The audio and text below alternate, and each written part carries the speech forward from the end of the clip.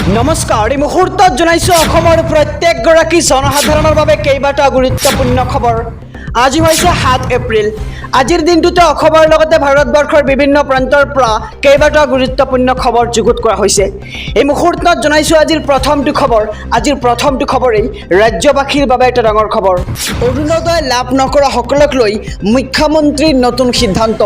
অৰুণোদয় আঁচনিৰ বাবে নতুনকৈ কৰিব পাৰিব আবেদন আৰু ৰেচন কাৰ্ড থাকিলে আপুনি লাভ কৰিব মাহেকত 1250 টকা আৰু নতুনকৈ 2,50,000 লোকক অৰুণোদয়ৰ ধন প্ৰদান কৰিব চৰকাৰে আৰু 1250 টকা পোৱা মহিলাই লাভ কৰিব দুখনকৈ নতুন আঁচনিৰ সুবিধাও আৰু প্ৰধানমন্ত্ৰী জীৱন বীমা লগতে প্ৰধানমন্ত্ৰী যোজনাৰ সুবিধাও পাব হিতাধিকাৰীসকলে আৰু সমান্তৰালকৈ লাভ কৰিব প্ৰধানমন্ত্ৰী সুৰক্ষা বীমাৰ যোজনাও আৰু অসমৰ ৰেচন কাৰ্ড থকা প্ৰতিগৰাকী মহিলাই লাভ কৰিব অৰুণোদয় আঁচনিৰ ধন আৰু অৰুণোদয় লাভ নকৰা সকলক লৈ মুখ্যমন্ত্ৰীৰ নতুন সিদ্ধান্ত যে এতিয়াৰে পৰা প্ৰতি বছৰে সলনি হ'ব অৰুণোদয় আঁচনিৰ নিয়মসমূহ আৰু অৰুণোদয় আঁচনিৰ বাবে আপুনি নতুনকৈ কৰিব পাৰিব আবেদন। ৰেচন কাৰ্ড থাকিলে আপুনি লাভ কৰিব 1250 টকা মাহেকত। এই মুহূৰ্তত জনাইছোঁ আজিৰ দ্বিতীয় নম্বৰ খবৰটো। নিবনুৱাৰ বাবে ডাঙৰ খবৰ। নতুনকৈ 50,000 চাকৰি দিয়াৰ ঘোষণা কৰিছে এবাৰ ৰাজ্যৰ মুখ্যমন্ত্ৰী ডক্টৰ হিমন্ত বিশ্ব শৰ্মাই। লোকসভা নিৰ্বাচনক লৈ ব্যস্ত হৈ থকাৰ মাজতে আজি মুখ্যমন্ত্ৰী ডক্টৰ হিমন্ত বিশ্ব শৰ্মাই ৰাজ্যৰ নিবনুৱাৰ বাবে কৰিছে ডাঙৰ ঘোষণা। মুখ্যমন্ত্ৰীৰ এই ঘোষণাই আশাৰ বতৰা কঢ়িয়াই আনিছে নিবনুৱাসকলৰ মাজত। মুখ্যমন্ত্ৰীয়ে ঘোষণা কৰা অনুসৰি নতুনকৈ আকৌ 50,000 চাকৰি দিব ৰাজ্য চৰকাৰে। প্ৰতিশ্ৰুতি অনুসৰি 5 বছৰ নহওঁতেই 1 লাখ চাকৰি দিয়া হ'ব বুলি দাবী কৰি আগন্তুক কিছুদিনৰ ভিতৰত আৰু 50,000 নিবনুৱা যুৱক যুৱতীক চাকৰি দিব বুলি ঘোষণা কৰিছে।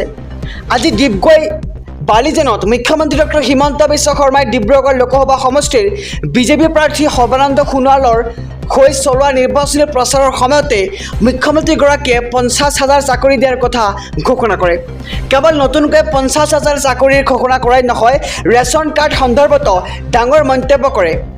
বিশাল নিৰ্বাচনী জনসভাখনত দিয়া ভাষণত মুখ্যমন্ত্ৰী হিমন্ত বিশ্ব শৰ্মাই কয় যে ৰেচন কাৰ্ড থকাসকলক 2026 চনৰ আগত অৰুণোদয় আঁচনিৰ সুবিধা প্ৰদান কৰা হ'ব আৰু আনহাতে ৰেচন কাৰ্ড থকা পৰিয়ালৰ মুৰব্বী এজনক বীমা কৰাই দিয়াৰ প্ৰতিশ্ৰুতি প্ৰদান কৰে ৰাজ্যৰ মুখ্যমন্ত্ৰী ডক্টৰ হিমন্ত বিশ্ব শৰ্মাই। এই মুহূৰ্তত জনাইছোঁ আজিৰ তৃতীয় নম্বৰ খবৰটো। এটা ৱেডাৰ আপডেট। ৰাজ্যত পুনৰ হ'ব প্ৰচণ্ড শিলাবৃষ্টি আৰু ধুমুহা। 40ৰ পৰা 50 কিলোমিটাৰ বেগত বলিব এইবাৰ বতাহ। ৰাজ্যৰ প্ৰায়কেইখন জিলাত বতৰ বিজ্ঞান কেন্দ্ৰৰ সতৰ্কবাণী আৰু শিলাবৃষ্টিৰ লগতে ঠায়ে ঠায়ে বজ্ৰপাতৰ আশংকা। অহা 10 এপ্ৰিললৈ ভিন্ন প্ৰান্তত বৰষুণ হোৱাৰ সম্ভাৱনা।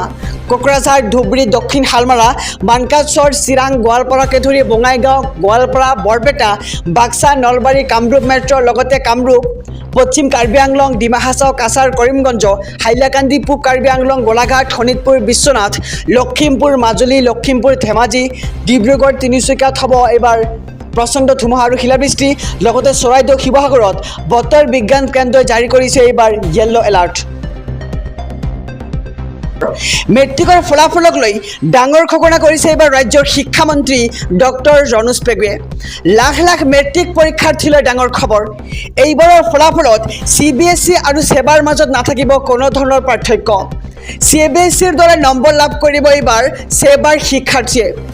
এইবাৰ ফলাফলত নাথাকিব ৰেংকিঙৰ ব্যৱস্থা। ৰাজ্যৰ শিক্ষামন্ত্ৰীগৰাকীয়ে কেইবাটাও মন্তব্য আগবঢ়াইছে। আমাৰ হাতত মন্তব্য আছে, মন্তব্য আগবঢ়াম। পাৰ্চেণ্টেজৰ কম বেছিৰ পাৰ্থক্য নাথাকিব এইবাৰৰ ৰিজাল্টত।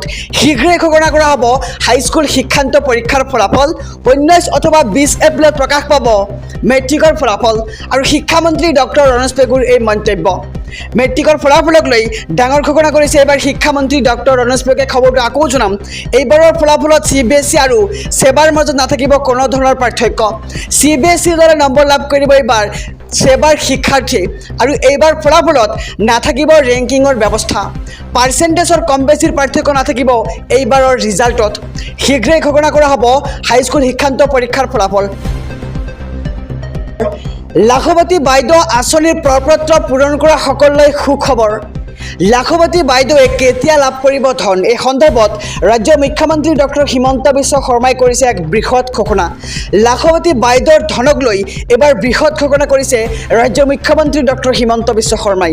নিৰ্বাচনৰ পিছতে লাভ কৰিব লাখপতি বাইদেউ আঁচনিৰ ধন আৰু আগন্তুক 15 আগষ্টৰ ভিতৰত বেংক একাউণ্টত সোমাব এই 10,000 টকা আৰু প্ৰথম কিস্তিৰ 10,000 টকাকৈ পোনপটীয়াকৈ সোমাব বেংক একাউণ্টত। এই টকাৰ সদব্যৱহাৰ কৰিলে পুনৰ লাভ কৰিব 25,000 টকা আৰু হাঁহি ধেমালিৰে নিৰ্বাচনী সভাত মুখ্যমন্ত্ৰী হিমন্ত বিশ্ব শৰ্মাৰ এই ঘোষণা।